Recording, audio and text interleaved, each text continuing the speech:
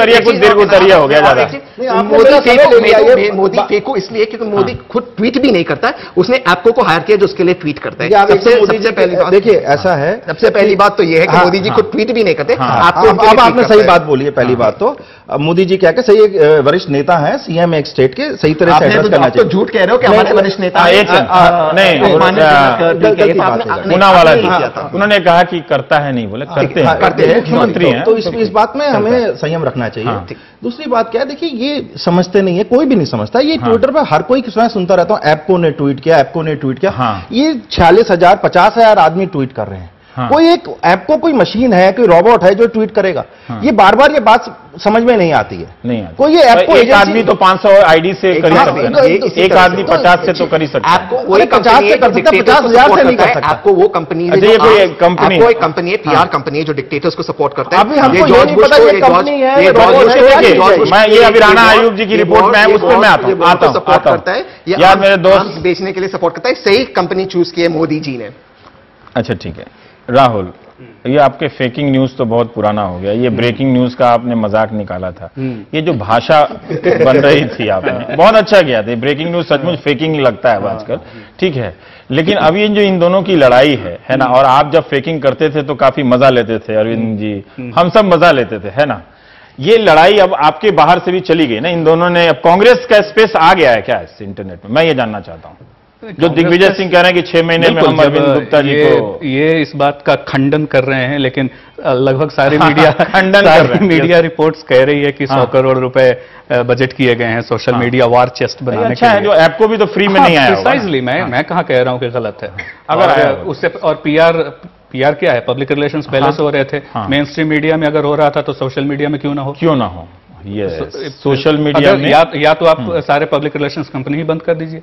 तो अगर main stream media में हो रहा था, प्रिंट में हो रहा था, टेलीविजन में हो रहा था, तो अगर सोशल मीडिया में बीजेपी कर रही है या कांग्रेस कर रही है तो मुझे समझ में नहीं आ रहा क्या प्रॉब्लम है। ठीक है। और क्या जब भी मेन स्ट्रीम मीडिया में न्यूज आती थी पीआर कंपनी के हवाले, तो क्या कभी डिस्क्लेमर आता था कि ये पीआर के थ्रू है?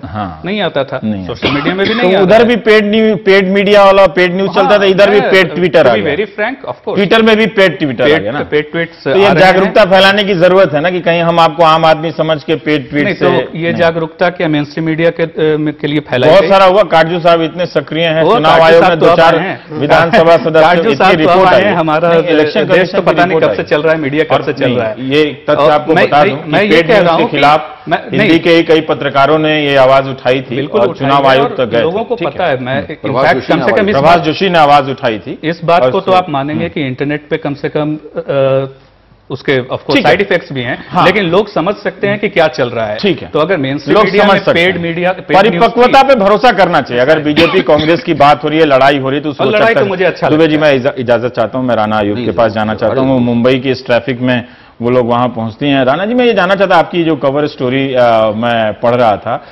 कि नरेंद्र मोदी ने कैसे पीआर एजेंसी हायर किए हैं और कैसे कई सारे ऐसे संगठन हैं जो नरेंद्र मोदी को सपोर्ट करते हैं। निश्चित रूप से ऐसे बहुत सारे संगठन होंगे जो कांग्रेस के नेताओं को भी सपोर्ट करते होंगे। यूपी के चुनाव में अखिलेश ने भी काफी इसका इस्तेमाल किया था। जब आपकी स्टोरी से मैं ये जानना चाह रहा हूं कि ये संगठित रूप से सोशल मीडिया में आने से, किसी नेता के व्यक्तिगत रूप से आने से या किसी पार्टी के अपने संगठन की तरफ से आने से, इसका अपना कैरेक्टर कैसे बदल रहा है? क्यों आपको लगा कि यह कहानी बताई जानी चाहिए कि यहां पर यह सारी चीजें संगठित रूप से हो रही हैं? जी रविश जी, हमारी स्टोरी की कवर स्टोरी का नाम है the most obsessive prime ministerial campaign in history. तो नरेंद्र मोदी जी का जो इंटायर कैंपेन है, ऑफ कोर्स पहले भी कैंपेन हुए हैं, बड़े ऑब्सेसिव कैंपेन हुए हैं। इंडिया शाइनिंग का एग्जांपल हमने देखा, of course which boomerang on the BJP. लेकिन पहली बार एक जैसा आपने कहा, एक संगठित तरीके से एक कैंपेन हो रहा था which was not BJP centric. हर बार हमने देखा जैसे अखिलेश भी अपनी कैंपेनिंग करते हैं और बाकी लीडर्स भी अपनी कैंपेनिंग करते हैं, लेकिन इस बार एक बड़ा ही ऑर्गेनाइज्ड कैंपेनिंग कर रहे थे नरेंद्र मोदी, जहां पे उन्होंने सारे एंगल्स को पहली बार एक साथ लेके आए थे। जैसे उन्होंने लोकल गुजरात में उन्होंने लोकल मीडिया का इस्तेमाल किया। उन्होंने अमेरिकन बेस्ड एजेंसीज, जो पटेल कम्युनिटी है, जो शाह कम्युनिटी है, उनको संगठित करके उनको साथ में लेकर आए।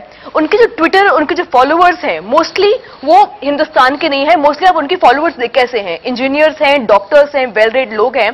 तो हमने जब इस पूरी कैंपेन की रिसर्च करनी शुरू की, देखा कि there are layers within layers in this entire campaign, और किस तरह से नरेंद्र मोदी जी उसका इस्तेमाल कर रहे हैं। ऑफ कोर्स राहुल गांधी भी इस्तेमाल कर रहे हैं, कांग्रेस को मजबूरन आना पड़ा और कांग्रेस को राहुल गांधी को पोर्ट्रे करना पड़ा, क्योंकि कांग्रेस अब तक इस बात की कंफ्यूजन में है कि उनका लीडर कौन है। नरेंद्र मोदी जी का ऑफ कोर्स एक पर्सनल कैंपेन है, बिकॉज ये बीजेपी से बिल्कुल रिलेटेड नहीं है, ये नरेंद्र मोदी जी का पर्सनल कैंपेन है, माई प्राइम मिनिस्टेरियल कैंपेन, जिसके लिए उन्होंने सारे, आई थिंक ये पहली बार हिस्ट्री में होगा कि किसी इंसान ने सारे लिमिट्स क्रॉस कर दिए, ट्विटर से लेकर फेसबुक से लेकर, इन्होंने ऐसा कोई माध्यम नहीं छोड़ा नहीं है। आप उनका फेसबुक देखिए, रोज रोज उनके फीड्स आते रहते हैं। कल जैसे मैंने लास्ट वीक देखा, वो जफर सारिश वाला और कुछ मुसलमान और पारसी कम्युनिटी के लोगों के साथ लेकर वो फोटोग्राफ खिंचवा रहे हैं। उससे पहले जब यूएस कांग्रेस के मेंबर्स आए, उनको लेकर आप फोटोग्राफ खिंचवा के डाल रहे हैं। ये तो नेता लोग आम जीवन में करते हैं, कोई आता है पार्टी ऑफिस में, जब ये सब नहीं था तो वो अपना फोटो खिंचाकर अखबारों में देना, एजेंसियों में भेजना, ये तो सब कोई करता है।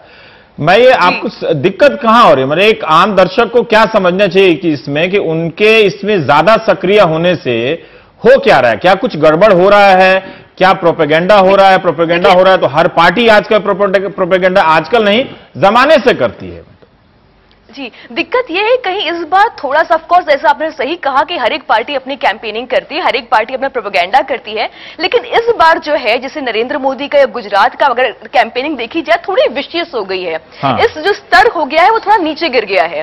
पहले अगर जर्नलिस्ट कोई है, अगर वो नरेंद्र मोदी के बारे में अगर अच्छा ना लिखे, न्यूट्रल ही होकर लिखे, तो हर उस जर्नलिस्ट के खिलाफ बहुत सारी अफवाहें फैल जाती हैं ट्विटर की, वो घूस लेते हैं। मुझे खुद स्टोरी लिखने के बाद मुझे यूएस से, दुबई से, अमेरिका से, हर जगह से मुझे बहुत ही ऑफेंसिव मेल्स आए हैं। मुझे वॉर्टन के जिन लोगों ने अपोज किया था उनके मेल आए हैं कि मैंने ये पूरा फैब्रिकेटेड स्टोरी है। तो मतलब ये कहीं ना कहीं पूरा स्तर जो है इसका गिर रहा है, पूरे जो पूरे ट्विटर कैंपेन है इसका स्तर गिर रहा है। जी, एक दीर्घ उत्तरीय आपसे भी कि कई लग रहा था शुरू में कि सोशल मीडिया जो है वो राजनीति को बदलने का एक हथियार है, एक सशक्त हथियार बन रहा है, जो बराबर से बीजेपी को भी उस पर दबाव डाल रहा है और जो बराबर से कांग्रेस को भी दबाव डाल रहा है, जो दो मुख्य राष्ट्रीय पार्टियां हैं।